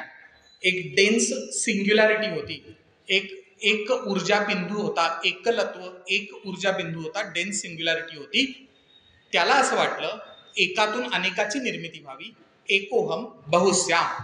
विज्ञान काय सांगतं? बिग बँग, मोठा स्फोट झाला. आणि ज्ञानेश्वर माऊली याच्यावर एक सुंदर ओवी करतात. ते म्हणतात, आता फुटला आकाशाला अंकुर, त्यात घुमला ओंकाराचा नाद. म्हणजे तो जो आहे ते आदी आहे. लता मंगेशकरांनी अजरामर केलेलं गाणं, ओम नमोजी आद्या वेद प्रतिपाद्या. ओम ब्रह्माचा, विश्वाचा सूर, नाद ब्रह्म ओम. नमोजी, त्याला नमन करतो. आद्या, जो आद्य आहे, कारण त्याच्या पूर्वी काहीच नव्हतं. वेद प्रतिपाद्या. आता हा शब्द फार महत्वाचा आहे आणि इथं आपला आणि अब्राहमिक रिलिजन मधला डिफरन्स दिसतो. जीजसनं काय सांगितलं ते ब्रह्मवाक्य. कुराणामध्ये मोहम्मदाला जे काही कळलं ते ब्रह्मवाक्य, त्याच्यामध्ये बदलण्याची कुणाची शामत नाही. ज्ञानेश्वर माऊली शब्द रचना करतानाही काय करतीये? ओम नमोजी आद्या वेद प्रतिपाद्या. वेदांच्या प्रतिपादनाचा विषय आहे. वेदांनाही माहीत नाहीये एक्झॅक्टली काय आहे. ज्याला ऋग्वेदाच्या 10व्या मंडलातलं नासदीय सूक्त म्हणतात, म्हणजे ज्याला आजकाल इंग्रजीमध्ये hymn of creation, the world, the universe creation म्हटलं जातं. ना सदासी नो सदासी किमा वरिवाहा, ना सदासी नो सदासी वदावी नासी द्रजोव्यो योमा परोयत किम वरिवाहा पुहकश्य कर्मन अंभ किमाती गहनम कबीरम. ते आहे का नाही आहे? दिवस आहे का रात्र आहे? सूर्य आहे का चंद्र आहे? उजेड आहे का अंधार आहे? ते नाहीच आहे का आहे? देव आहे का देवही नाही आहे? देव आलाय का देव नंतर आलाय? माहिती नाही, अनसर्टन्टी. विज्ञानही तिथंच येतं. बिग बँग, त्याच्या आधी काय होतं माहिती नाही. नासदीय सूक्त आणि विज्ञान एकाच पद्धतीनं चालताना आपल्याला दिसतं. आता ह्याच्या पुढं बायबल आणि ह्याच्यामध्ये जिथं धर्मनिरपेक्षता म्हणतात त्याच्या पुढं काय झालं? बरं बाबा, तो वाद मिटला, पृथ्वी हे ते. आता न्यूटन वगैरे हे जे सगळे शास्त्रज्ञ होते ना, ते आता सिद्ध करायला लागले की विज्ञानाची काही तत्व आहेत, सृष्टीचे काही नियम आहेत, जो आपण स्वभाव धर्म अशा अर्थानं युनिव्हर्सल लॉज बघितले. पण डोक्याला हात लावला की बायबलमध्ये तर असं काही लिहिलेलं नाहीये. याच गोष्टी जेव्हा आपण आपल्या धर्मामध्ये बघतो, विज्ञानाच्या पातळीवर जर धार्मिक ग्रंथ बघायचे झाले तर परत ज्ञानेश्वर आपल्या मदतीला येतात. त्याच्यानंतर काय झालं, तो बिग बँग झाला, ती प्रचंड ऊर्जा बाहेर पडली, हळूहळू ऊर्जा थंड होत गेली. थंड होत झाल्यानंतर आपण घरात जशी कुकरची शिट्टी होते, घराची जर काचेची खिडकी बंद असेल तर त्याच्यावर असे वाफ जमते, थोड्या वेळानंतर वाफेचे बुडबुडे होतात, त्याचे पुंजके तयार होतात, ग्रॅव्हिटी आली, त्याच्यामध्ये पुंजके तयार झाले आणि त्याचं ऊर्जेचं मॅटर वस्तुरूपात रूपांतर झालं, त्याचे ढग बनले. ज्ञानेश्वर याच्यावर सुंदर ओवी करतात की कोण जाणे एकेकाळी घनपटले उमटली नानावर्णी. हे जे मी तुम्हाला म्हटलं ना, ऊर्जा, त्याचे क्लाउड झाले, पार्टिकल्स, ते पार्टिकल्स जे क्लाउड आहेत ते डस्ट क्लाउड्स आहेत, घनपटले डस्ट क्लाउड्स, उमटली नानावर्णी. डेप्थ बघा, स्पेक्ट्रम हा एक शब्द येतो, नानावर्णी म्हणजे विविध रंगाचे स्पेक्ट्रम्स. स्पेक्ट्रम म्हणजे काय, आपण एक पेपरमध्ये वाचतो की मंगळावर पाणी सापडलं, म्हणजे ते शास्त्रज्ञ एक फोटो पाठवतात मंगळाच्या पृष्ठभागाचा, मग त्याच्यात बघतात की हायड्रोजन ऑक्सिजनचा स्पेक्ट्रम मॅच होतोय का, जो पाण्याचा असतो तो मॅच झाला तर मंगळावर पाणी आहे. ज्ञानेश्वरांनी त्या काळी ओवी केलेली आहे की हे जे डस्ट क्लाउड्स होते ते आहे कोणे एकेकाळी घनपटले उमटली नानावर्णी. ही ज्ञानोबांनी लिहिलेली ठणठणीत शास्त्रीय ओवी आहे, असं म्हटलं तर वावगं ठरत नाही. आता ह्याच्या पुढे या, यातून मग काय झालं, गॅलेक्सी तयार झाली, सूर्य आला, चंद्र आला, पृथ्वी आली, बुध आला, शनी आला. पण एवढ्यावर नाही, कारण आपली कल्पनाशक्ती प्रचंड आहे. ज्ञानेश्वर काय म्हणतात, शांताच्याई घरा ब्रह्म शांत होतं, फुटलं तपसाची ब्रह्म, आला अद्भुत पाहुणा. तो पाहुणा कोण आहे, हा पाहुणा म्हणजेच तुम्ही मी राहतो हे वंडरफुल विश्व. आता ह्याच्यामध्येही मजा आहे की हे जे वेगवेगळे ग्रह तयार झाले त्याच्यामध्ये 2 ग्रह परीक्षेला बसले की त्यांना तारा बनायचे स्वयंप्रकाशित. कोण होते, सूर्य आणि शनी. त्यामुळे शनीला सूर्यपुत्रही म्हटलं जातं. तर एवढ्यावर थांबले नाहीत, ही गोष्ट लोकांपर्यंत सांगण्यासाठी त्याच्या आपण रोचक कहाण्या बनवल्या. तर सूर्यपुत्र शनी झाला, तोही परीक्षेला बसला, पास झाला नाही. त्यामुळे सूर्यावर रुसला, सूर्य एकच तारा झाला, रुसून सूर्यापासून लांब गेला, त्यामुळे शनी खूप लांब आहे. आणि तो रुसलेला जो आहे तो पराभवातही आपलं वर्तन कसं ठेवावं हे सांगण्यासाठी प्रत्येकाच्या राशीत 7.5 घेऊन येतो, अशी त्याची कथा रचली गेली. दुसरे आहेत मंगळ, तो भाणखोर, बुध, तो वाणीचा स्वामी, गुरु, गुरु म्हणजे त्याचं वस्तुमान जास्त. न्यूटनचा लॉ काय सांगतो, mass is equal to attraction, ज्याचं वस्तुमान जास्त त्याचं आकर्षण जास्त. आपल्या पूर्वजांनी शब्द काढला गुरुत्वाकर्षण. हा गर, गुरु या धातूपासूनच आलेला आहे, ज्याच्या पुढं ग्रॅव्हिटी, तोही गर धातूपासूनच बनलेला आहे. आपण तिथपर्यंत येऊन थांबतो. ह्याच्यानंतर मी परत तुम्हाला गीतेमध्ये घेऊन जातो. हे मी सगळं विज्ञाननिष्ठ पद्धतीनं सांगतोय, कारण धर्मनिरपेक्षतेला धोका हिंदू धर्माकडून निश्चित नाहीये, कारण त्याचा पायाच विज्ञानाचा आहे. सृष्टी निर्माण झाली, ग्रहतारे आले, एकच मुलगी झाली, त्या मुलीचं नाव पृथ्वी. आज आपण सगळे तिच्यावर राहतो आणि मजा बघा, ती मुलगी मात्र पत्रिकेतून बाद आहे. आपल्या पत्रिकेत पृथ्वीचं स्थान कुठंच नाही. पृथ्वीवर आपण सगळे राहतो, मजा करतो, त्याचे रिसोर्सेस वापरतो, आपलं ऐहिक जीवन जगतो, तिच्यावर अत्याचार पण करतो आणि तरीही ती आपल्याला काहीही न बोलता चालत राहतं जीवन. म्हणूनच तिचं नाव कदाचित क्षमाही ठेवलं असेल आपल्या पूर्वजांनी. आता ह्याच्या पुढं अर्जुन, जेव्हा श्रीकृष्ण संवाद चालू आहे तेव्हा श्रीकृष्ण गीतेमध्ये विश्वरूप दर्शनाचा सोहळा येतो. तर ब्रह्म फुटलं, विश्व निर्माण झालं, तो जो बिग बँगचा स्फोट आहे. मी मुद्दामून ज्ञानेश्वरीच्या ओव्या लिहून आणल्यात, कारण त्यांच्यासारखं काव्य कोणी करू शकत नाही आणि त्या काव्यातला मेसेज कोणी देऊ शकत नाही. हे फक्त सांगण्यासाठी रटाळ विज्ञान चांगल्या पद्धतीनं कोण सांगू शकत असतील तर ते ज्ञानेश्वर आहे. तर हा विश्वरूप दर्शन जो अमेरिकेत अणुबॉम्ब बनवणारा ओपनहायमर होता, तो अणुबॉम्बचा स्फोट झाल्यानंतर त्याला गीतेतलं विश्वरूप दर्शन आठवलं असं तो म्हणतो. त्याचं ज्ञानोबा माऊली कसं वर्णन करते, नक्षत्रांचे फुटाणे फुटले, विश्वाचे झाले बुडबुडे, ब्रह्माचे कोवळसे, ना आरंभ ना अंत, दिशाच नाहीशा झाल्या, वरती खालती विरून गेले, समुद्राला पिऊन टाकले, डोंगराचा घास घेतला, चांदण्यांचा केला चट्टामट्टा. म्हणजे हे जे विश्वरूप दर्शन आहे, हा विश्वरूपाचा सोहळा झालाय. अर्जुन म्हणतो की बाबा रे, हे विश्वरूप झाले पुरे, तुझे चतुर्भुज रूप दाखव, जी नॉर्मली श्रीकृष्णाची मूर्ती आहे ती मला दाखव, असं गीतेमध्ये विश्वरूपाकडून पुन्हा तो भक्तियोगाकडं म्हणजे 12व्या अध्यायाकडे घेऊन जातो. ज्ञानेश्वरांनी याचं सुंदर वर्णन केलेलं आहे. ते अस्खलित शास्त्रीय वर्णन आहे. परत मुद्द्याकडे येतो, धर्मनिरपेक्षता, विज्ञान, आपल्यासारखं विज्ञान कुठलाही धर्म सांगत नाही. तुम्ही प्रश्न विचारण्याच्या आधी एक सांगतो, याच विज्ञानाची कास पुढे आपण सोडली आणि श्रुती स्मृती पुराणोक्त करत धर्म हा बंदिस्त केला आणि आपल्या पतनाला सुरुवात झाली. हा पुढच्या टॉपिकचा विषय आहे. आता मी त्याच्याकडे पळतो. तर आपण बघितलं, धर्मनिरपेक्षतेचे तत्व जे विज्ञानवादी आहे त्याच्यावर हिंदू धर्म खडा उतरतो. धर्मनिरपेक्षतेचं दुसरं जे तत्व आहे, जे ऐहिक जीवन महत्वाचं आहे, ते सांगताना हिंदू धर्म खडा उतरतो.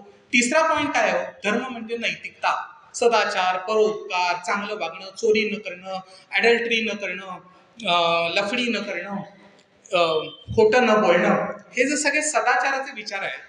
आता आधी आपण धर्म संकल्पनेचा विचार करताना साधना पद्धती म्हणून हिंदू धर्माचा रेफरन्सही देत नसताना ज्या आचार धर्म, ज्या कर्तव्य धर्माच्या गोष्टी केल्या, तीच एक प्रकारे नैतिकता राहते.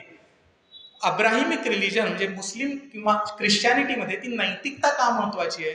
कारण तुम्ही पाप केलेला आहे, नैतिक पद्धतीनं वागून मला स्वर्ग गाठायचा आहे किंवा मला परत गार्डन ऑफ ईडन, स्वर्गाच्या बागेमध्ये जायचंय.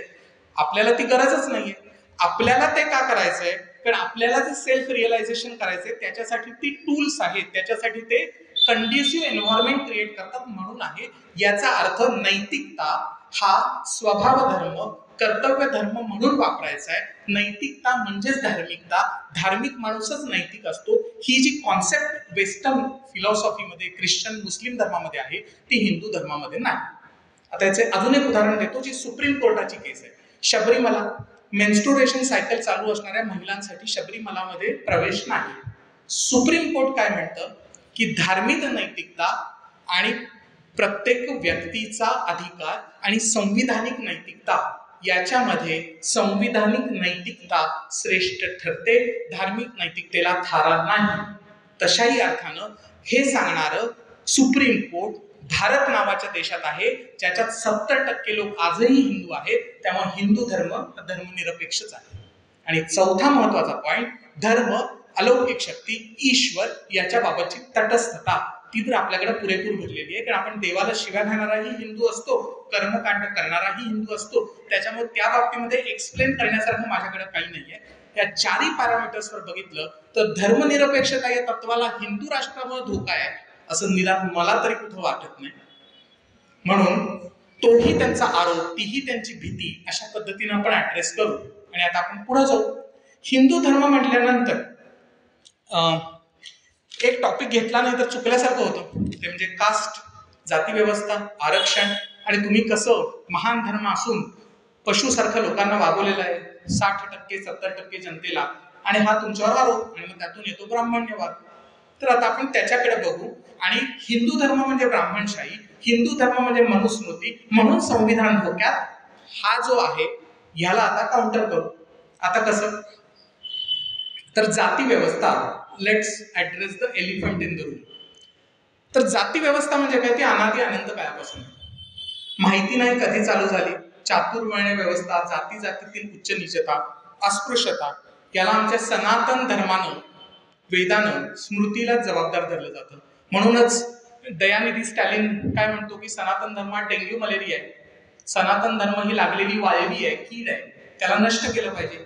त्याचं बॅकग्राऊंड हे आहे की अस्पृश्यता, जाती जातीतील भेदाभेद, माणसाला माणसासारखं न वागवणं, आंबेडकरांसारखा एखादा जो बुद्धिमान माणूस आहे त्याच्या सावलीनं विटाळ होतो आणि कुत्र्याबरोबर तुम्ही मजेनं राहू शकता.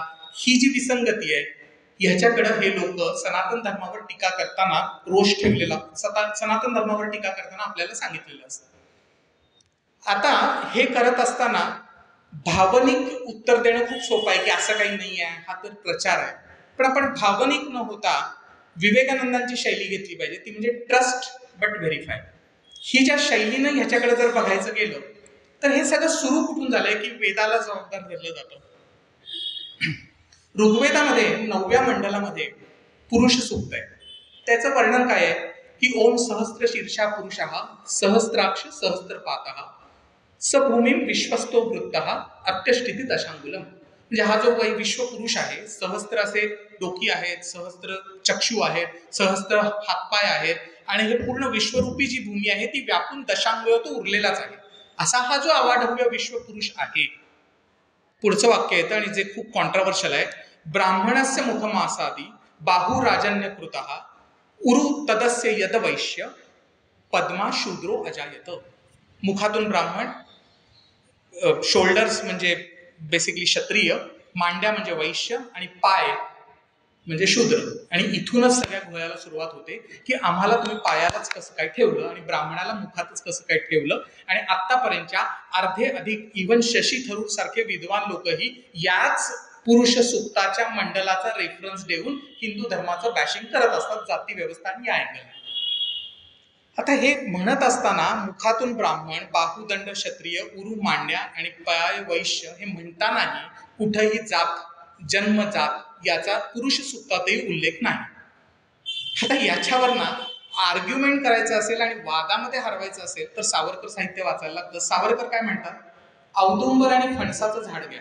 त्या औदुंबर आणि फणसाच्या झाडाला फळ सगळीकडे लागतं, फांदीलाही लागतं, खोडालाही लागतं, वरच्या फांदीलाही लागतं.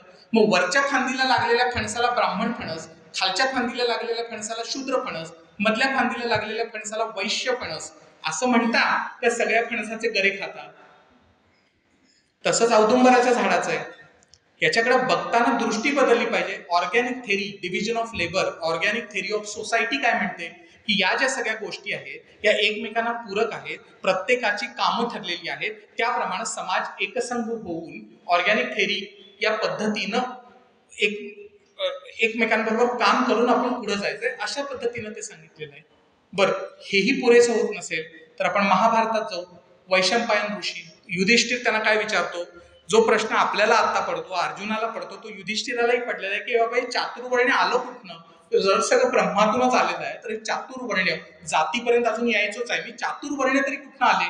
तर वैशंपायन ऋषी त्याला काय म्हणतात, वैशंपायन ऋषी त्याला म्हणतात एक वर्णम इदम पूर्वम विश्वमसित युधिष्ठिराः. या विश्वात सुरुवातीला एकच वर्ण होता. पुढचं महत्वाचं आहे, कर्म क्रिया प्रभेदेन चातुर्वर्ण्यम प्रतिष्ठितम. कर्म क्रिया, जात, जन्म याच्यावर कुठेही उल्लेख नाही. कर्म क्रिया गुण कर्म हेच आहे. आणि हे करून अर्थातच रेफरन्स हा गीतेचाच घ्यायला लागतो. गीतेमध्ये ज्ञानकर्म संन्यास योग हा जो चौथा अध्याय आहे त्याच्यामध्ये श्रीकृष्णही तेच सांगतो, चातुर्वर्ण्यम मया सृष्ट्वा गुणकर्म विभागतः. ती मी निर्माण केलेली आहे, ते गुणकर्मानुसार त्याचं डिव्हिजन केलेलं आहे. आता मला एक सांगा, आजच्या काळामध्ये आपण प्रत्येक जण आपल्या पाल्यासाठी ऍप्टिट्यूड टेस्ट करतो. काय असतं ऍप्टिट्यूड टेस्ट मध्ये, त्याची ॲबिलिटी काय आहे, त्याचे इंटरेस्ट काय आहेत, कशामध्ये तो प्रगत होऊ शकतो. मग ही ऍप्टिट्यूड टेस्ट नाहीये का चातुर्वर्ण्य म्हणजे, याचा जातीचा जन्माचा काही संबंधच नाहीये. पण आता मजा म्हणून तेच वैशंपायन ऋषी युधिष्ठिराला काय सांगतात की ब्राह्मणाची वैशिष्ट्य काय, तर ब्राह्मणाची वैशिष्ट्य सांगताना ते सांगतात सत्य, दया, इंद्रिय निग्रह, इंद्रिय दमन, परोपकार, तपाचरण. आज मला सांगा यातलं एक तरी करून दाखवा, तुमचं कल्याण झालंच म्हणून समजा. सत्य, हा मार्केटिंग इज लाईंग, म्हणजे it's on the boundary of lying or selling असं म्हटलं जातं. सत्य हे जे गुण सांगितलेले आहेत, या गुणांना जर ब्राह्मण हा फार महान असं जर म्हणत असू तर आजच्या या कलियुगामध्ये मला नाही वाटत ब्राह्मणाचा तग लागेल. आता हे सांगत असताना मला एक सांगणं गरजेचं आहे की आज मी मंदार अभ्यंकर म्हणून तुमच्या समोर बसलोय. जात नावानं अभ्यंकर, कोकणस्थ, वसिष्ठ गोत्र. काय आहे हो, वसिष्ठ कोण होता, वेश्येचा मुलगा होता. आता हे सांगितलं तर मी काय डोक्याला हात लावून घ्यायचं नाही, आता मी ब्राह्मण आहे. कारण काही पूर्वजां काही पिढ्यांमध्ये माझ्याकडे ते आमच्याकडे अध्ययन अध्यापनाचं काम होतं. अशा पद्धतीनंच त्याचं बघायला लागेल, विचार करायला लागेल. तर आता परत आपण या मुद्द्याकडे येऊ की ही जी division of labour, sociality, organic theory of labour आहे की सगळ्यांनी मिळून आपलं आपलं काम करायचंय, अशा पद्धतीनं ती डिव्हिजन केलेली आहे. हा पण एलिफंट इन द रूम हा आहे की चातुर्वर्ण्य समजलो, हे 4000 जाती कुठनं आल्या, या 4 वर्णातून 4000 जाती झाल्या कशा. तर ह्याची पुन्हा फार महत्वाची अशी वैशिष्ट्यपूर्ण आहे आणि काही काही वेळेला हास्यास्पद आहे. प्रांत विषयक, मद्रासी ब्राह्मण, महाराष्ट्रीयन ब्राह्मण, पंजाबी ब्राह्मण, मैथिली ब्राह्मण. आता महाराष्ट्रीयनमध्ये पण कऱ्हाडे, कोकणस्थ, देशस्थ, गौड, सारस्वत, गोवर्धन अशी लंबी लिस्ट आहे. मराठ्यांमध्ये पण कोकणस्थ मराठा, कुणबी मराठा. आता तुम्हाला जरांगे पाटलाचं आंदोलन कळेल काय आहे ते. देशावरचे निराळे, महार चांभार देशावरचे निराळे, हरई चांभार निराळे, दुसरे चांभार वेगळे. दुसरा आला पंथ. हिंदूच धर्म आहे पण पंथ कुठले? वैष्णव, शैव, लिंगायत, शीख, बौद्ध, जैन. तिसरा आला व्यवसाय. वर्षानुवर्ष तुम्ही कुठला व्यवसाय करताय? कुणबी, धनगर, माई, कासार, तांबट, धोबी, म्हणजे 12 बलुतेदार. आता या 12 बलुतेदारांमध्ये एक वैशिष्ट्य पुन्हा आणि तुम्हाला हसायला येईल की जाती बनल्यात कशा. कोळी, एक कोयाची उपजात जाळ उजवीकडून डावीकडे विणते म्हणून त्याची एक जात. दुसऱ्या कोयाची माणूस डावीकडून उजवीकडे एक जाळ विणतो म्हणून त्याची दुसरी पोटजात. अशा त्या 4000 जाती झाल्या. तुम्ही जर ईस्टला म्हणजे पूर्वेला गेला तर मातीची मडकी बनवतात ना कुंभार, ते जे चाक असतं, छोटी मडकी बनवत असतील तर ऑटोमॅटिकली तो बसून मडकी बनवतो. तर बसून मडकी बनवणाऱ्या कुंभाराची एक जात. रांजण बनवायचं असेल तर त्याला उभारून बनवायला लागतं. उभारून मडकी बनवणाऱ्या कुंभाराची दुसरी जात. अशा त्या 4 वर्णाच्या 4 जाती झाल्या. आपण कप्पे केले, रोटी बेटी व्यवहार बंद केले. ज्या ऑर्गॅनिक थेरी होती, एकमेकात मिसळून प्रत्येकाच्या स्ट्रेंथ प्रमाणे काम करून पुढे चाललेला समाज होता, त्याला सायलोज म्हणजे कंपार्टमेंटमध्ये टाकलं. समाजाची अधोगती होणारच होती. आणि मग आलं श्रुती स्मृती पुराण उक्त, अद्ययावत कुठंतरी दूर गेलं आणि संस्कृतीचं पतन झालं. हे सांगण्याची गरजच नाहीये. आणि ह्याच्यात सर्वात महत्वाचं म्हणजे वर्णसंकर, आंतरजातीय विवाह. आजही हा मुद्दा फार वादग्रस्त आहे. तर वर्णसंकरामुळेही जाती बदलल्या अशी एक थेरी आहे. तर याचं उत्तर काय आहे? तर जन्मजात जाती भारतीय पुराणात कुठेही लिहिलेल्या नाहीत. त्या गुणजात असल्या पाहिजेत याच्यावर सगळ्यांचा विश्वास आहे. अनफॉर्च्युनेटली सायलोज करून, कंपार्टमेंट करून एकमेकांना त्रास दिला गेला आणि त्या जे डिव्हिजन आहेत अजूनही चालू असलेले आपल्याला दिसतात. आता गुणजात जाती जेव्हा आपण म्हणतो त्यातूनच येतं आरक्षण ही संकल्पना. कारण म्हणणं काय आहे की परशुराम हा ब्राह्मण होता पण वेळी क्षत्रिय बनला आणि 21 वेळा पृथ्वी निक्षत्रिय केली. फंजिबिलिटी होती, ब्राह्मण क्षत्रिय, क्षत्रिय ब्राह्मण, पुन्हा ब्राह्मण झाल्यानंतर तो. दुसरं उदाहरण देतो एकलव्याचं. एकलव्याचं जेव्हा मी उदाहरण देतो, एकलव्याला काय प्रॉब्लेम आहे? तो धनुर्धर होता. द्रोणाचार्य जे होते त्यांनी तो निषाद जमातीचा आहे म्हणून त्याला शिकवणं नाही म्हणून सांगितलं. त्याच्या आता वेगळ्या थेरीज आहेत, पण आज हा जाती व्यवस्थेचा विषय आहे म्हणून त्या अँगलनं एवढी थेरी तुमच्यासमोर मांडतो. संधीच मिळालेली नाही, तो अर्जुनापेक्षा श्रेष्ठ धनुर्धर असूनही संधीच मिळालेली नाही, माझी गुणवत्ता फुलत नाही. आरक्षणाचं सूत्र काय आहे?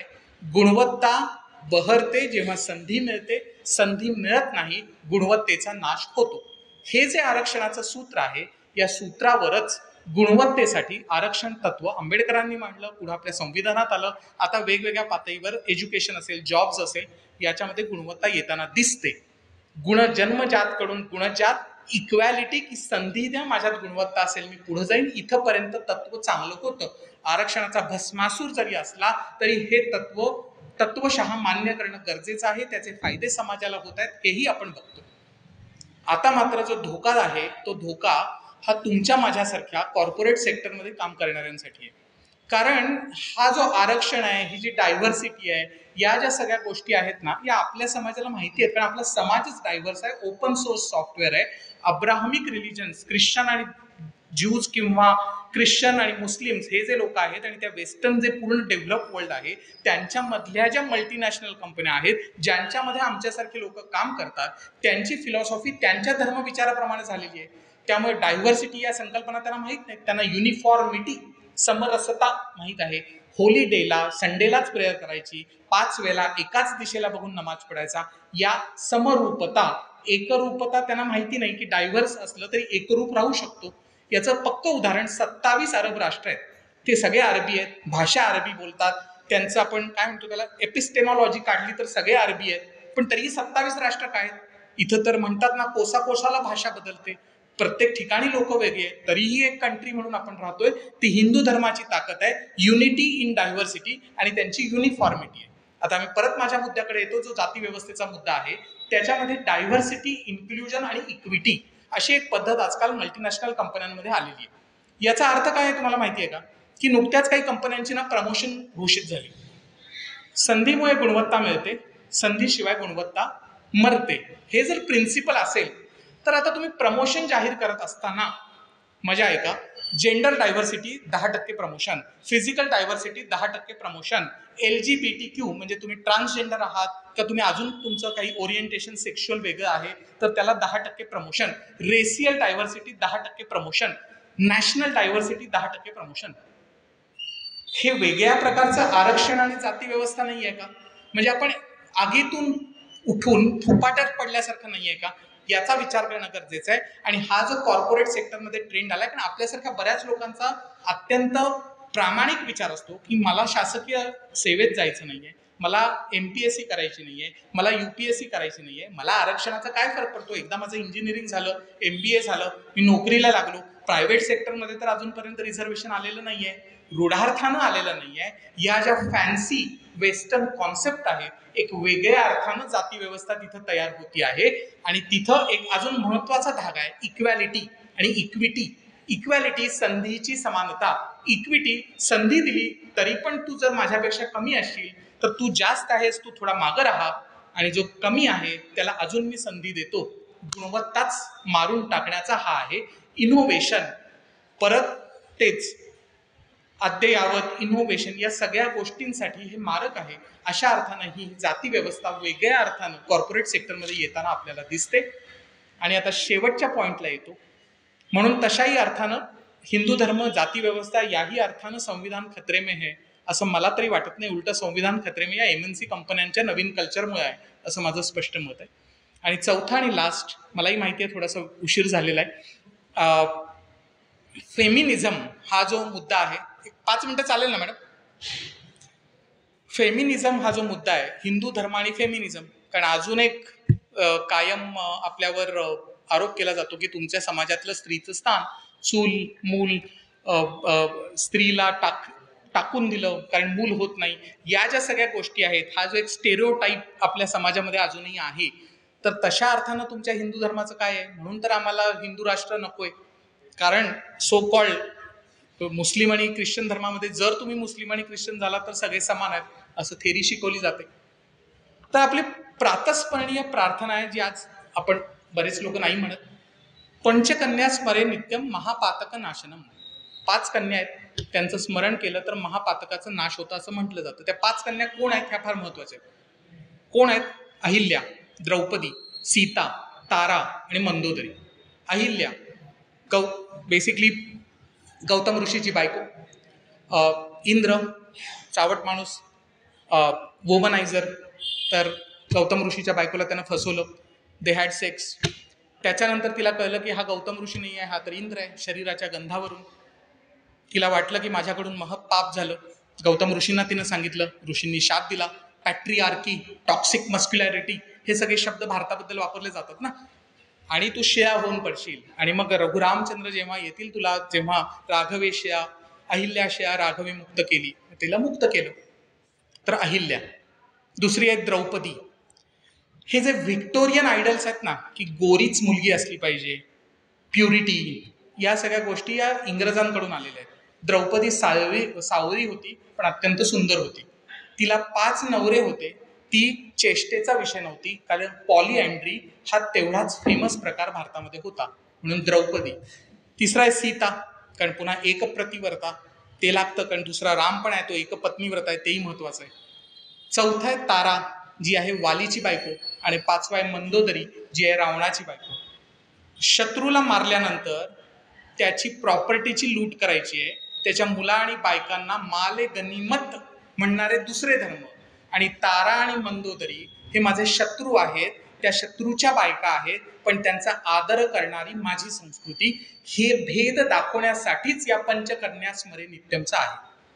आता मी ना ते गुड ओल्ड आदिशक्ती, देवी, देवस्वरूप या गोष्टीमध्ये जाणार नाही, कारण आजच्या काळामध्ये बऱ्याच लोकांना ते रिलेव्हंट पण वाटत नाही. म्हणून मी तुम्हाला सांगतो, आजची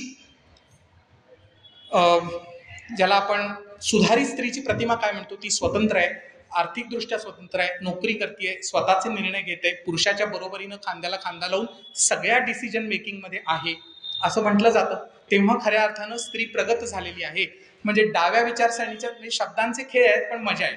डाव्या विचारसरणीच्या दृष्टीनं ती स्त्री मुक्ती आहे, स्त्री सबलीकरण आहे. उजव्या विचारसरणीच्या दृष्टीनं तो स्त्री शक्तीचा जागर आहे. काही म्हणा, बेसिकली स्त्री इंडिपेंडेंट झालेली आहे, एवढं त्यातनं म्हणू शकतो. आता ह्याच्यात तुम्हाला असं वाटेल की हे का सांगतोयस तू, तर परवा राहुल गांधी सावरकरांबद्दल नेहमी परळतात, तसं काहीतरी पुन्हा परळले. तर ते सावरकरांचा मनुस्मृतीवर फार विश्वास होता आणि संविधान त्यांना नको होतं असा तो एक विषय होता.